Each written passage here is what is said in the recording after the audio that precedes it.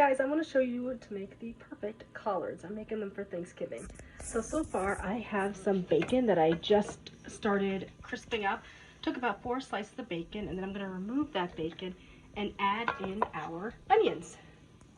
Okay, so I added in our onion, 1 white onion. Then I also added in 1 chopped green bell pepper and 3 chopped celery. And then I also added in 3 sprigs of green onion. Now we are adding in our ham hock.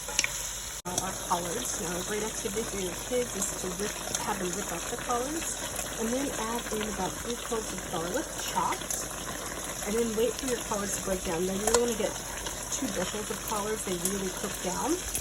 And then we're going to add in some chicken stock, and then my secret ingredient, which is orange juice. It really balances out the saltiness, it gives a sweetness to it, and then it cooks it down faster. And then I always like to add a little bit of brown mustard. And then we're going to season it with some salt, some paprika,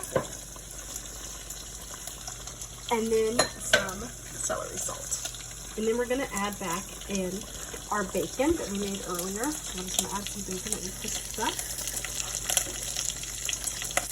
That's going to add a lot of flavor. And then we're going to add in some andouille sauces that I've just been sauteing. And then after that, we're just going to let it cook down. I added in to start, about 1 cup chicken stock, 1 cup orange juice, but you're going to keep wanting to add as the liquid cooks out. And we're going to let this cook with the lid on for about, I like to let it go for 2 to 3 hours, but the reason why I like the orange juice trick is that it'll break it down a little bit faster. All right, I will catch you guys in 3 hours. Our collards are done. They look amazing. I recommend trimming off some of the pork on the ham bone to add some extra flavor, or it just really gives it that sweetness.